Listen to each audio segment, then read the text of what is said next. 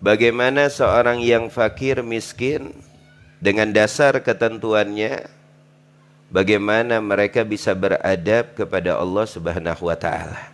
Jadi orang fakir aja ada adabnya ya. Sungguh sempurna agama ini. Tapi hakikat kefakiran apa? Hakikat kefakiran fagirul qalb. Orang yang miskin hatinya. Orang yang mempunyai hati miskin, fakir, itu hakikat kefakiran. Tapi kalau kefakiran dunia itu lumrah. Kefakiran dunia lumrah. Tapi kalau hatinya yang sudah fakir, miskin, tidak punya sifat qanaah, merasa cukup, na'udzubillah, summa na'udzubillah. Makanya Nabi menganjurkan kepada kita, lihatlah, pandanglah di dalam segi duniamu man huwa asfala minka, yang lebih rendah dari Anda, supaya Anda bisa bersyukur, sabar. Paham apa tidak?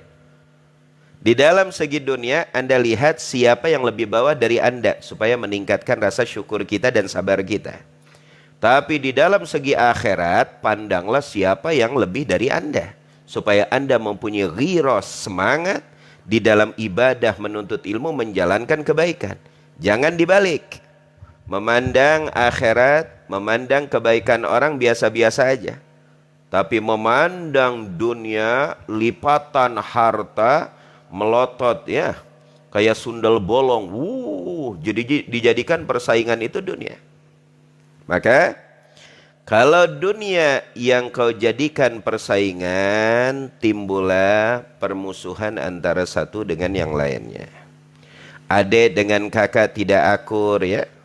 Teman dengan teman silih bergunjing. Karena ini mereka di dalam hidup ini hanya memandang bahwa persaingan itu hanya dalam segi dunia.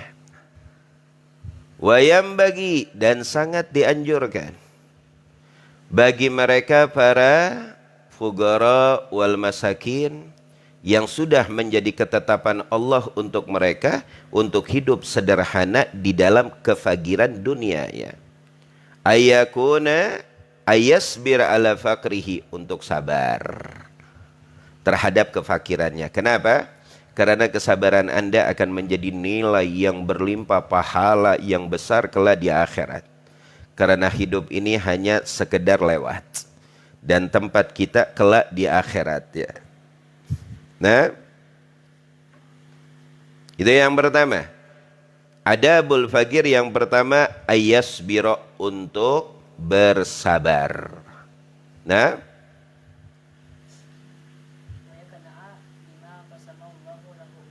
wayagna. Lalu yang kedua, wayakna. Apa artinya wayakna? Merasa cukup dan bersyukur berapapun yang telah Allah berikan. Wajib mempunyai sifat qanaah. Karena kalau manusia tidak mempunyai sifat qanaah, ujung-ujungnya rakus. Yang kaya semakin ingin kaya, pelit. Semakin maling dan merampok, semakin korupsi. Yang miskin apabila tidak mempunyai sifat sabar, yang pertama, yang kedua syaratnya qanaah, maka dia akan melakukan apapun. Yang halal bisa menjadi haram, yang haram bisa menjadi halal. Na'udzubillah.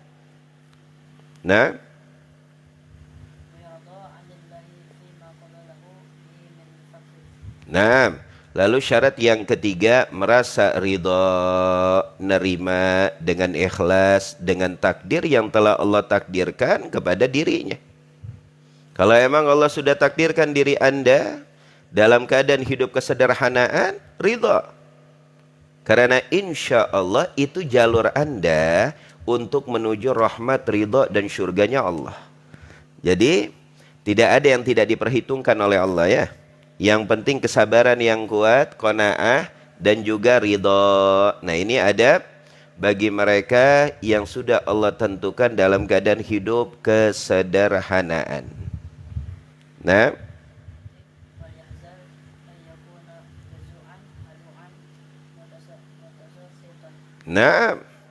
wal yahdar, kata Imamul Haddad, awas bagi Anda yang sudah ditentukan oleh Allah dengan ketentuan masing-masing, Seperti ketentuan dunia, hidup Anda sederhana, hati-hati, jazu'an, ngadat, mutasakhiton, marah-marah ya.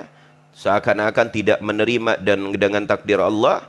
Bahkan sebagian dari mereka menyalahkan Allah, begitu tidak adilnya Allah. Na'udzubillah summa na'udzubillah.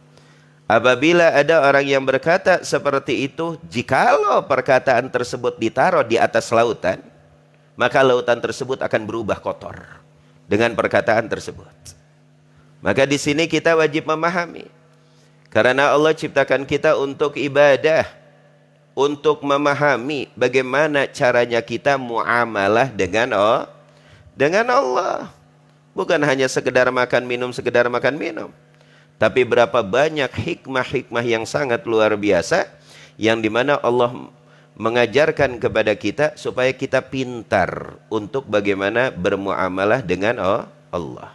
Karena begini, orang yang hartanya berlimpah, kaya raya, belum dijamin hidupnya bahagia. Tapi terkadang kita melihat orang yang hidupnya sederhana, tapi hidupnya tenang, penuh dengan sakinah, ketenangan, kedamaian. Karena dunia tidak bisa kau jadikan ukuran untuk mendapatkan ketenangan dan kesenangan. Tidak bisa kau jadikan jaminan pasti. Walaupun kita butuh dengan dunia, iya tidak kita ingkari. Tapi dunia ini bukan hal yang memastikan kebahagiaan kita. Berapa banyak orang-orang yang sederhana hidupnya lebih damai, lebih menikmati hidup ya. Berapa banyak orang-orang yang berharta, pikirannya tiap hari kacau, hatinya tiap hari penuh dengan ketakutan. Oh, luar biasa banyak. Ya, Nabi Muhammad bersabda, dengarkan, bagi Anda yang sudah mendapatkan takdir Allah hidup dalam kesederhanaan. Ini anjuran baginda Nabi Muhammad. Ya ma'asyiral fuqara, wahai orang-orang yang sudah ditentukan hidupnya sederhana, wahai para fuqara, wahai para masakin, kata Nabi, u'tullaha min qulubikum ar-ridha.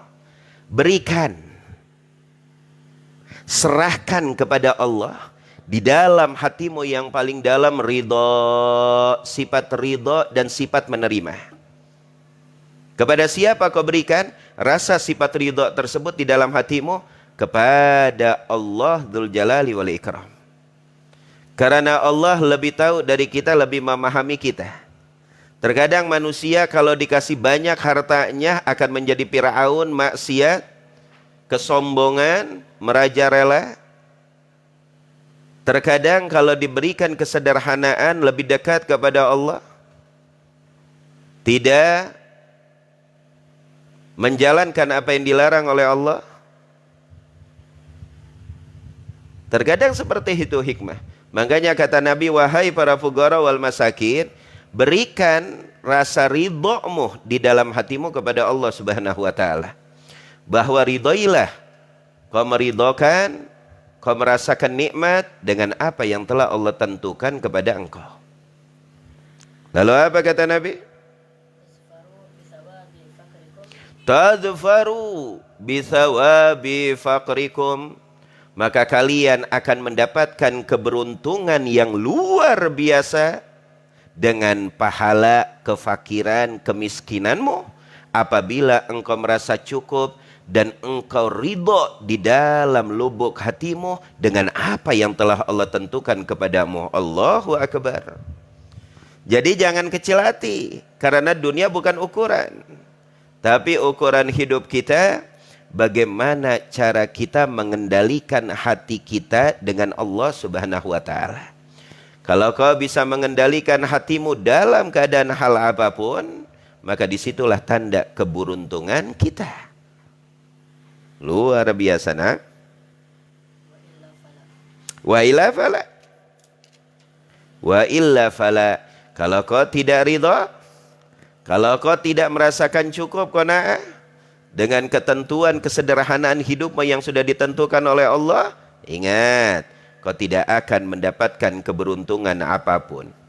Istilah kasarnya begini, sudah hidup miskin, sudah hidup fakir, tidak mempunyai rasa ridha dan pula tidak mempunyai rasa cukup dan tidak mempunyai rasa syukur, lalu apa yang akan kita banggakan kelak di padang mahsyar?